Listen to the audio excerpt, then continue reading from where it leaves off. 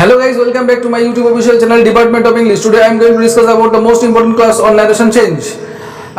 গত ক্লাসে আমি ন্যারেশন চেঞ্জ সম্পর্কে তোমাদেরকে একটা সাময়িক ধারণা প্রদান করেছিলাম। আজকের ক্লাসে আমি আরো বিস্তারিত আলোচনায় যাচ্ছি এবং আজকের ক্লাসটি ভীষণ ইম্পর্টেন্ট হতে চলেছে।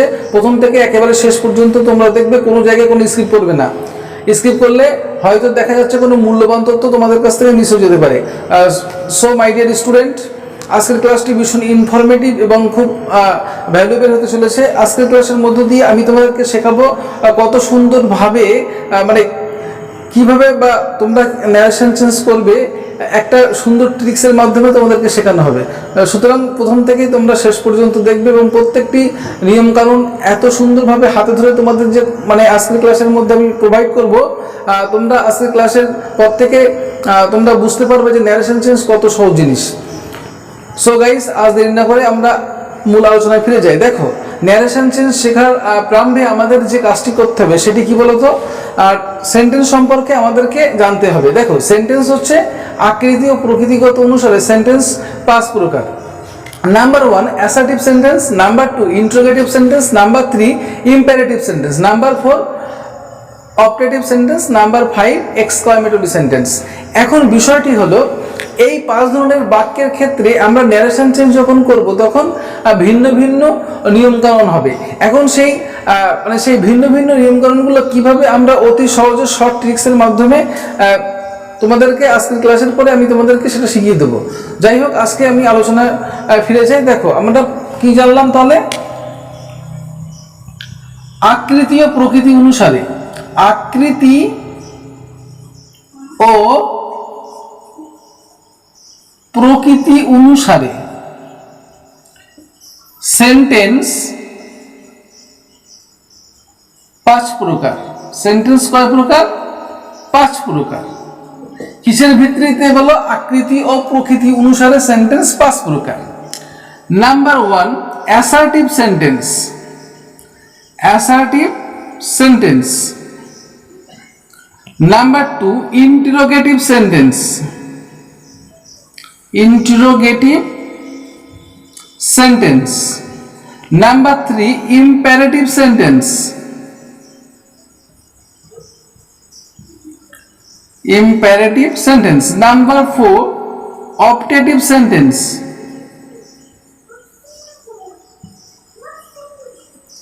Number 5 exclamatory sentence. Exclamatory sentence. দেখো, বিষয়টি হলো এই 5 ধরনের বাক্য সম্পর্কে আমাদের সুন্দরভাবে কনসেপ্ট ক্লিয়ার রাখতে হবে, তাহলে আমাদের ন্যারেশন চেঞ্জ করতে ভীষণ সুবিধা হবে। দেখো, নাম্বার 1 আমরা যে প্রথমে লিখেছি অ্যাসার্টিভ সেন্টেন্স। অ্যাসার্টিভ সেন্টেন্সের বাংলা মানে কি বলতো? বিবৃতিমূলক বাক্য। বিবৃতিমূলক বাক্য। নাম্বার 2 দেখো ইন্টারোগেটিভ সেন্টেন্স। ইন্টারোগেটিভ সেন্টেন্স মানে কি বলতো? প্রশ্নবোধক বাক্য। কি বাক্য? প্রশ্নবোধক বাক্য। প্রশ্নবোধক বাক্য। ইম্পারেটিভ সেন্টেন্স আদেশ, অনুরোধ, উপদেশমূলক বাক্য। উপদেশমূলক বাক্য। অপটেটিভ সেন্টেন্স ইচ্ছা বা প্রার্থনা, ইচ্ছা বা প্রার্থনামূলক বাক্য। মূলক বাক্য। এক্সক্লামেটরি বিস্ময়সূচক বাক্য। বিস্ময়সূচক বাক্য। এখন দেখো, আমরা কি কি শিখলাম তাহলে? যে আকৃতি ও প্রকৃতিগত অনুসারে সেন্টেন্স 5 প্রকার। কি কি? Assertive sentence, interrogative sentence, imperative sentence, optative sentence, exclamatory sentence. এবার আমরা অ্যাসার্টিভ সেন্টেন্স সম্পর্কে আলোচনা করছি। দেখো, অ্যাসার্টিভ সেন্টেন্সে যদি বাক্যগুলো থাকে কেমন ভাবে কিভাবে লিখতে হবে একটু দেখিয়ে দিই। দেখো, বিষয়টি হলো অ্যাসার্টিভ সেন্টেন্স। এক্ষেত্রে নিয়ম কি? দেখো, শেষ যদি থাকে বাক্যে তাহলে সেটা শেষই হবে। যদি সেট থাকে তাহলে সেড বসবে, যদি সেট টু থাকে তাহলে টোল্ড বসবে। রিপোর্টিং ভার্ব ও রিপোর্টেড স্পিচ এর মাঝে দ্যাট বসবে। কি বসবে বলতো? দ্যাট বসবে। এবার দেখো তাহলে আমরা কি কি লিখলাম? শেষ থাকলে শেষ বসবে, সেট থাকলে সেইড বসবে, সেইড টু থাকলে টোল্ড বসবে, রিপোর্টিং ভার্ব ও রিপোর্টেড স্পিচের মাঝে দ্যাট বসবে। এটি হচ্ছে আমাদের নিয়ম। এবার দেখো, এবার আমাদের ন্যারেশনের প্রথমেই আমাদের যেটি শিখতে হবে সেটি কি বলতো? রিপোর্টিং ভার্ব কোনটি আর রিপোর্টেড স্পিচ কোনটি, এই আইডেন্টিফিকেশনটা আগে আমাদেরকে শিখতে হবে। দেখো মনে করো বাক্য এমন দেওয়া আছে যে হি সেজ আই অ্যাম ওকে, সে বলে যে সে ভালো আছে, সে ওকে, সব দিক দিয়ে ঠিকঠাক আছে। এবার দেখো তাহলে এখানে যে হি সেজ এইটুকু হচ্ছে রিপোর্টিং ভার্ব, আর এই যে ডবল কোটেশন আছে এই কোটেশনের মধ্যে যেটুকু থাকবে এটাকে বলা হয় রিপোর্টেড স্পিচ। তাহলে এইটুকু কি বলা হয়? Reporting verb. রিপোর্টিং ভার্ব এইটুকুকে কি বলা হয়? Reported speech. Reported speech. এখন দেখো বিষয়টি হলো রিপোর্টিং ভার্ব যে টেন্সে থাকবে রিপোর্টেড স্পিচও আমাকে সেই টেন্সে নিয়ে যেতে হবে। রিপোর্টিং ভার্ব যদি প্রেজেন্ট টেন্সে থাকে রিপোর্টেড স্পিচও চেঞ্জ করে প্রেজেন্ট টেন্সে নিয়ে যেতে হবে। রিপোর্টিং ভার্ব যদি পাস্ট টেন্সে থাকে রিপোর্টেড স্পিচও পাস্ট টেন্সে হয়ে যাবে। রিপোর্টিং ভার্ব যদি ফিউচার টেন্সে থাকে রিপোর্টেড স্পিচ ও প্রেজেন্ট ফর্মে থাকবে, কোনো চেঞ্জ হবে না। তাহলে এবার দেখো তাহলে এখানে আমরা কি শিখলাম বলতো? রিপোর্টিং ভার্ব কোনটি এবং রিপোর্টেড স্পিচ কোনটি, মানে আইডেন্টিফিকেশন শিখলাম যে প্রপার আইডেন্টিফিকেশনটা কিভাবে চিনবো যে রিপোর্টিং ভার্ব কোনটি এবং রিপোর্টেড স্পিচ কোনটি। দেখো রিপোর্টিং ভার্বটা কি হবে? প্রথমে যেটা একটা কমা দেওয়া আছে, দেখো হি সেজ, সে বলে মানে বলছে মানে কাজ করছে, মানে এইটুকু মনে রাখবে যেটা রিপোর্টিং ভার্ব। এবার দেখো ডবল কোটেশনের মধ্যে যেটা থাকবে, সেটাকে বলা হয় রিপোর্টেড স্পিচ। তাহলে এবার একটু লক্ষ্য করো, রিপোর্টিং ভার্ব ও রিপোর্টেড স্পিচের মাঝে কি বসবে? দ্যাট বসবে। তাহলে এইটুকু কনসেপ্ট আগে ক্লিয়ার করে নাও। দেখো নেক্সট, এবার আমরা আস্তে আস্তে পরীক্ষায় কেমন ধরনের প্রশ্ন আসে সেই বিষয়ে আলোচনায় যাচ্ছি। তাহলে আমরা কি দেখলাম যে শেষ থাকলে শেষ বসবে, সেট টু থাকলে টোল্ড বসবে, আর প্লেন সেট থাকলে সেডই বসবে। এবার আমি একটা একটা করে উদাহরণ দিয়ে তোমাদেরকে বোঝাচ্ছি। দেখো ধরো মনে করো এমনটি আছে যে হি সেজ, সে বলে আই অ্যাম ফাইন, আমি ভালো আছি। দেখো তাহলে এখানে লক্ষ্য করো আমি কি বলেছিলাম যে শেষ থাকলে শেষ বসবে, তাহলে হি সেজ দ্যাট, আইটা কি হবে? আই মানে আমি মানে কি সেই, মানে এই হি যে কর্তা সেই কর্তাই তো এখানে আই, তাহলে কি হবে বলতো? হি বসবে। কি? হি ইজ ফাইন। কি বসবে? হি ইজ ফাইন। তাহলে অ্যান্সার কি দাঁড়ালো? তাহলে এটা ডাইরেক্ট থেকে ইনডাইরেক্ট স্পিচে আমরা পরিবর্তন করছি। তো এখন দেখো তাহলে হি সেজ, সে বলে, এখানে দ্যাট যোগ করেছি, তাহলে রিপোর্টিং ভার্ব এবং রিপোর্টেড স্পিচের মাঝে কি যোগ করেছি বলতো? দ্যাট যোগ করেছি, এটা নিয়ম। তাহলে he says that he is fine. Number 2, মনে করো এমনটি আছে রাম সেজ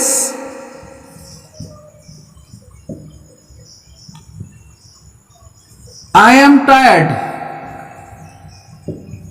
রাম বলে যে সে ক্লান্ত। তাহলে দেখো তাহলে কি লিখবো? Ram says that. আচ্ছা এখানে কি হবে? আইটা এই মানে রাম যে ব্যক্তি, আয়ও সেই ব্যক্তি, তাহলে কি হবে? আইটা চেঞ্জ হয়ে হি হবে, হি ইজ টায়ার্ড। তাহলে ইনডাইরেক্ট স্পিচে পরিবর্তন করলে অ্যান্সার কি দাঁড়াবে? Ram says that he is tired. Next, মনে করো এমনটি আছে হি সেড টু মি, সে আমাকে বলেছিল আই অ্যাম রিডিং এ বুক। এবার মনে করো, আচ্ছা তাহলে এখানে দেখো আমরা কি একটু আগে যদি আলোচনা করছিলাম কি বলতো, রিপোর্টিং ভার্ব আর রিপোর্টেড স্পিচ। তাহলে এইটুকু প্রথমটুকু কি রিপোর্টিং ভার্ব, আর এই যে ডবল কোটেশনের মধ্যে যেটুকু আছে এটা কি বলতো রিপোর্টেড স্পিচ। এবার দেখো তাহলে কি বলেছিলাম, সেট টু থাকলে কি বসবে, টোল্ড বসবে। দেখো দেখে দেখে লিখছি, তাহলে হি সেট টুর পরিবর্তে কি লিখবো, টোল্ড। তাহলে he told me that I am reading a book. তাহলে আই অ্যাম রিডিং এ বুক, এটিকে চেঞ্জ করে কি হবে, আইটা হবে হি, অ্যামটা কি হবে বলতো, ওয়াজ রিডিং। তাহলে হি ওয়াজ রিডিং এ বুক। এবার লক্ষ্য করো রিপোর্টিং ভার্বটা পাস্ট টেন্সে আছে, তাই রিপোর্টেড স্পিচটাও পাস্ট টেন্সে নিয়ে যেতে হবে। এখানে দেখো এটা আমি মানে গত ক্লাসে আলোচনা করেছিলাম যে টেন্স ওয়াইজ পরিবর্তনগুলো। রিপোর্টেড স্পিচের যে বাক্যটি কোন টেন্সে আছে বলতো, প্রেজেন্ট কন্টিনিউয়াস টেন্সে আছে। আর প্রেজেন্ট কন্টিনিউয়াস থাকলে কি হবে বলতো, চেঞ্জ হয়ে পাস্ট কন্টিনিউয়াস হবে, সেটাই লিখেছি দেখো। তাহলে হি ওয়াজ রিডিং এ বুক। তাহলে প্রশ্ন কি ছিল, হি সেড টু মি, সে আমাকে বলেছিল, আই অ্যাম রিডিং এ বুক, আমি একটি বই পড়ছি। তাহলে অ্যান্সার কি লিখলাম, হি told me that he was reading a book. Example number 4, Sita said to me,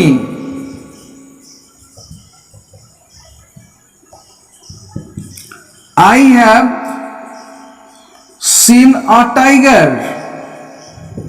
দেখো মনে করো বাক্যটি এমন আছে যে Sita said to me, Sita আমাকে বলেছিল, I have seen a tiger, আমি একটা বাক্যে দেখিয়েছি। এবার লক্ষ্য করো তাহলে এক্ষেত্রে আমি কি লিখবো, দেখো সীতা সেড টু জায়গায় কি লিখবো, টোল্ড।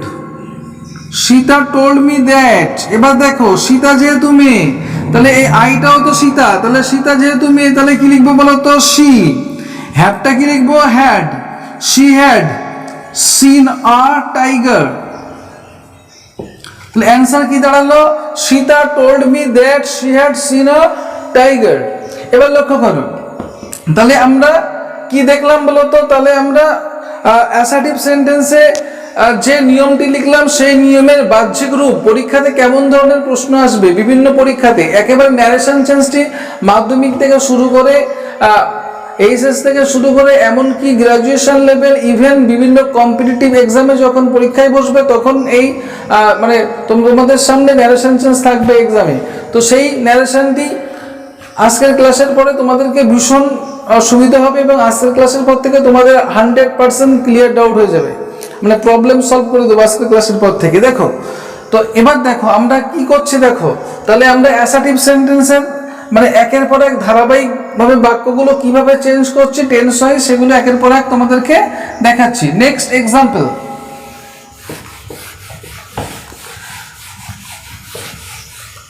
মনে করো এমনটি আছে যে Rahul said to me, Rahul আমাকে বলেছিল,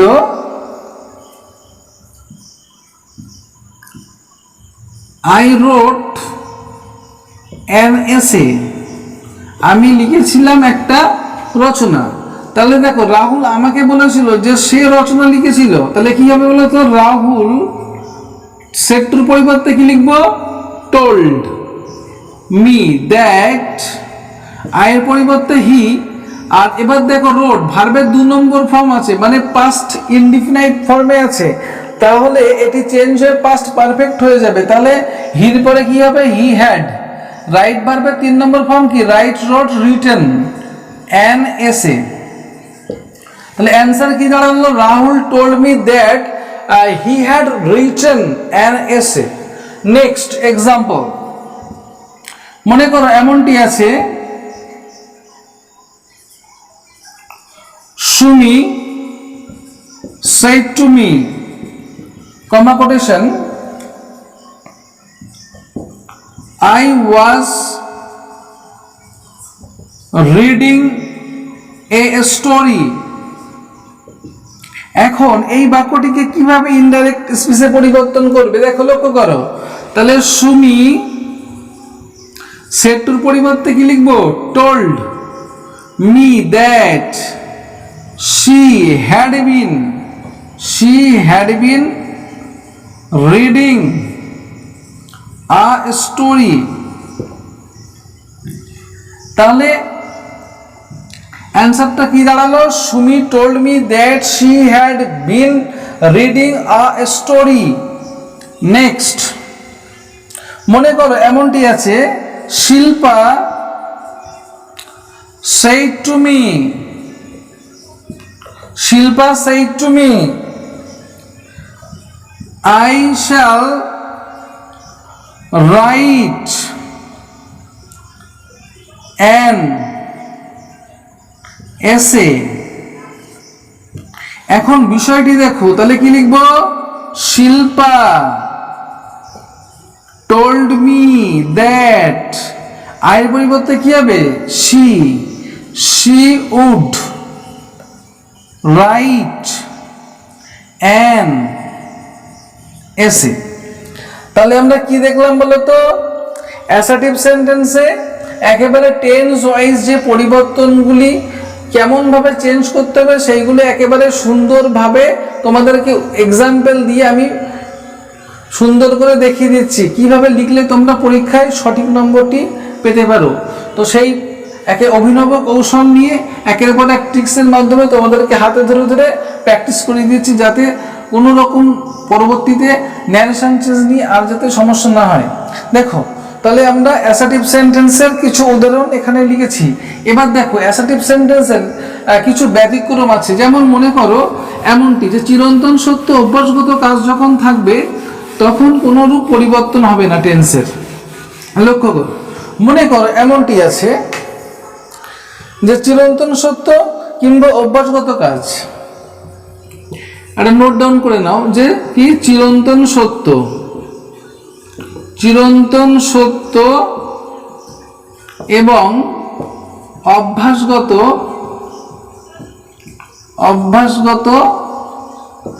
কাজ বোঝালে রিপোর্টেড স্পিচ এর টেন্সের পরিবর্তন হবে না, টেন্সের কোনো পরিবর্তন হবে না,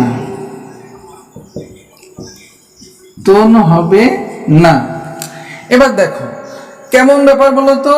মনে করো এমনটি আছে যে the old man said God is merciful,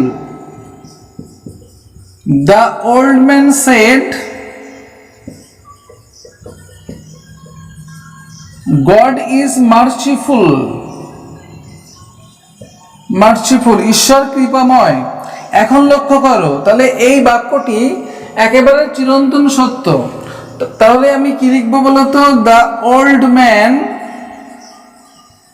said that God is merciful। কোন রকম ভাবে রিপোর্টেড স্পিচের টেন্সের কোনো পরিবর্তন ঘটবে না। তাহলে কি লিখবো? তাহলে God is merciful।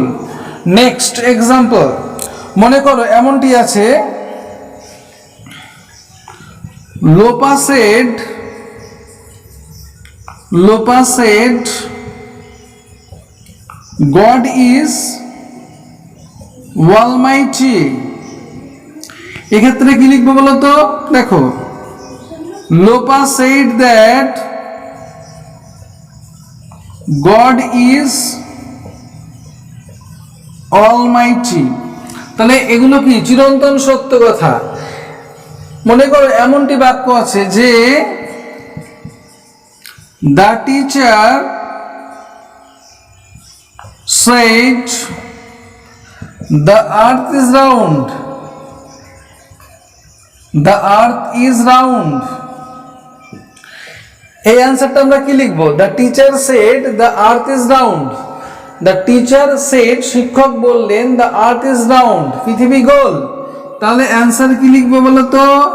the teacher said that the earth is round, the earth is round। তাহলে বিষয়টা কি হলো?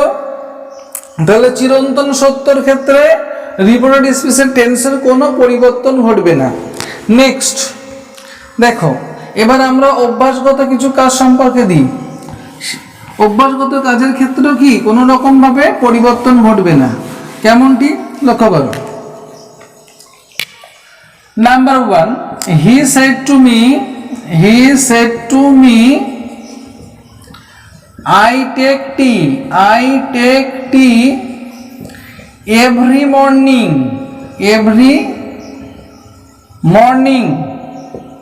দেখো সে আমাকে বলেছিল যে আমি প্রতিদিন সকালে চা খাই। এবার লক্ষ্য করো তাহলে কি হবে বলো তো, হি সেড টু জায়গায় কি লিখবো, হি told me that, আই জায়গায় কি হবে হি, এবার টেকের জায়গায় টেক্স টি এভরি মর্নিং। বিষয়টি দেখো এখানে টেক্স হবে কারণ কি বলতো বাক্যের কর্তা থার্ড পারসন সিঙ্গুলার নাম্বার হলে ভার্বের সঙ্গে এস বা ইএস যোগ হয়, সেই কারণে হি আছে বলে এখানে আমি কি যোগ করেছি বলতো, ভার্বের সঙ্গে এস বা ইএস, মানে he takes T every morning. তো আমরা আজকের ক্লাসের মধ্য দিয়ে কি কি শিখলাম বলতো, অ্যাসার্টিভ সেন্টেন্স এর মানে ভিন্ন ভিন্ন বাক্য পড়লে অ্যাসার্টিভ সেন্টেন্সে কিভাবে চেঞ্জ করে লিখবো, কিভাবে আমরা ডিরেক্ট থেকে ইনডিরেক্ট স্পিচে পরিবর্তন করব। নাম্বার 2 আমরা কি শিখলাম, আমরা শিখলাম কিভাবে আমরা সহজ ট্রিক্সের মাধ্যমে রিপোর্টিং ভার্ব এবং রিপোর্টেড স্পিচকে শনাক্তকরণ করতে পারবো এবং প্রত্যেকটি টেন্স ওয়াইজ যে পরিবর্তনগুলি হয় সেই একেবারে পরিবর্তনগুলো সুন্দরভাবে তোমাদেরকে দেখিয়েছি। আজকে ক্লাসের পর থেকে তোমাদের ন্যারেশন সম্পর্কে, ন্যারেশন চেঞ্জ পরিবর্তন যখন পরীক্ষায় পড়বে তখন ন্যারেশন চেঞ্জে কোনো রকম সমস্যা হবে না, একেবারে 100% ক্লিয়ার হয়ে যাবে আজকের ক্লাসের পর থেকে। সো গাইজ আজ ক্লাস এখানেই শেষ করছি, দেখা হচ্ছে নেক্সট ভিডিওতে নতুন কিছু টপিককে কেন্দ্র করে।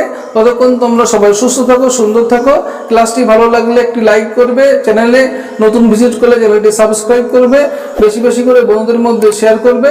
Thank you watching my video, all the best.